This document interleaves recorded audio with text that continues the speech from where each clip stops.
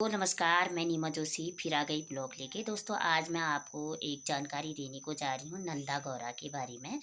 नंदा गौरा जो जैसे जन्म पर भरा जाता है तो उस समय उसको 11,000 की धनराशि दी जाती है, और अगर वह 12वीं पास होने पर भरा जाता है तो उसको 51,000 की धनराशि दी जाती है। उसका प्रोसेस बिल्कुल वही है जैसे कि अगर जन्म होने पर भरा जाता है तो वह आंगनबाड़ी में पंजीकृत होनी ज़रूरी होती है, गर्भवती।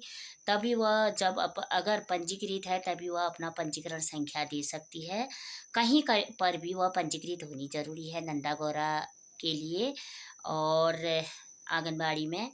और नंबर 2 है उसका आय प्रमाण पत्र होना चाहिए। नंबर 3 है आधार कार्ड, माता पिता और बालिका का आधार कार्ड होना ज़रूरी है। वह स्थायी निवासी होनी चाहिए जहाँ से उसने अप्लाई कर रखी है, और वह 11,000 की धनराशि 1 साल के अंतर्गत उनके खाते में आ जाते हैं। और दूसरा है 12वीं पास होने पर, 12वीं पास में वह 12वीं पास होनी ज़रूरी है बालिका, और कहीं से भी उसका उत्तराखंड में कहीं से भी वह स्कूल पढ़ी होनी चाहिए 12वीं पास, और वह एडमिशन ले चुकी होनी चाहिए कहीं पर, जैसे कहीं कॉलेज में हूँ या कोई कोर्स करने में हूँ, कहीं ना कहीं पर 12वीं पास होने के बाद वह एडमिशन में होनी चाहिए। उसका विवाह नहीं होना चाहिए जब तक वह अप्लाई न करे, और वह घर में भी नहीं होनी चाहिए। अगर वह उसने 12वीं पास कर दिया है, दोबारा और बताऊंगी, 12वीं पास करके उसने कहीं ना कहीं पर एडमिशन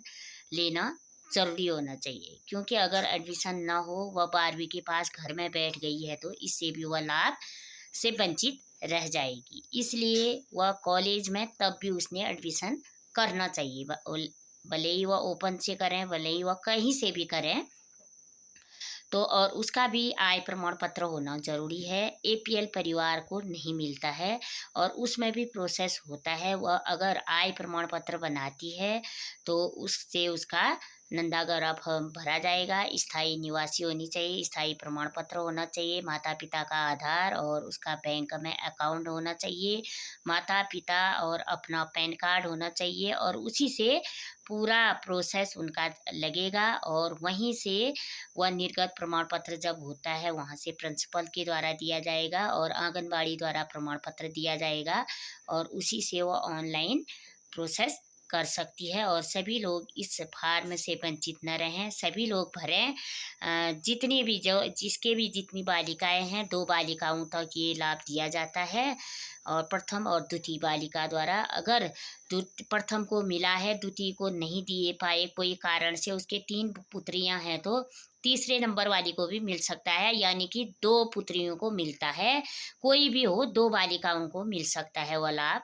और आप लोग इससे वंचित न रहें, सभी लोग इस का लाभ उठाएं, और महिला सशक्तिकरण, और सभी लोग पढ़ें आगे को। और मेरा वीडियो ये बनाने का मकसद यही है। आपको वीडियो कैसी लगे कमेंट करें, सब्सक्राइब करें, लाइक करें। आपको मैं छोटी छोटी जानकारी देती रहूँगी ऐसे ही। आप बने रहें हमारे साथ।